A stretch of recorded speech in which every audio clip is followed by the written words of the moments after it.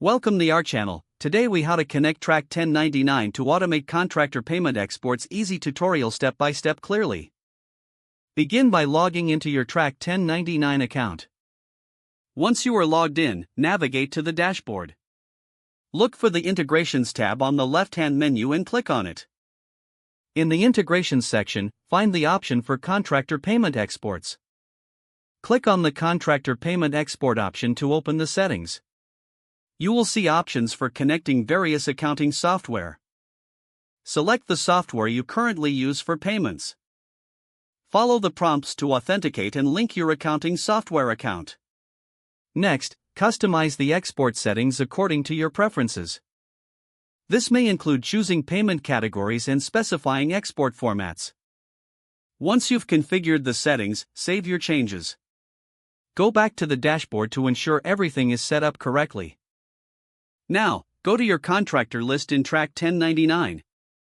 Select the contractors for whom you want to automate payment exports. Click on the Export Payments button to initiate the process. Review the export summary to ensure accuracy. Finally, click the Confirm button to complete the automation setup. Your Track1099 account is now configured to automate contractor payment exports. If the page does not load, refresh the browser or try again in a private or incognito window. Make sure you are using the correct email address, then retype it carefully to avoid small typos. If your password is not accepted, use the reset option and create a new strong password you can remember. Check your spam folder for verification or security emails, then complete any requested confirmation steps.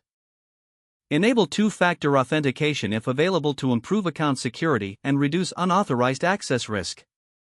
After signing in, review your profile details so your contact information and settings are accurate and current. If you see an error message, note it down and try again after restarting your device and internet connection. Log out when you finish, especially on shared devices, to keep your account and payment information secure.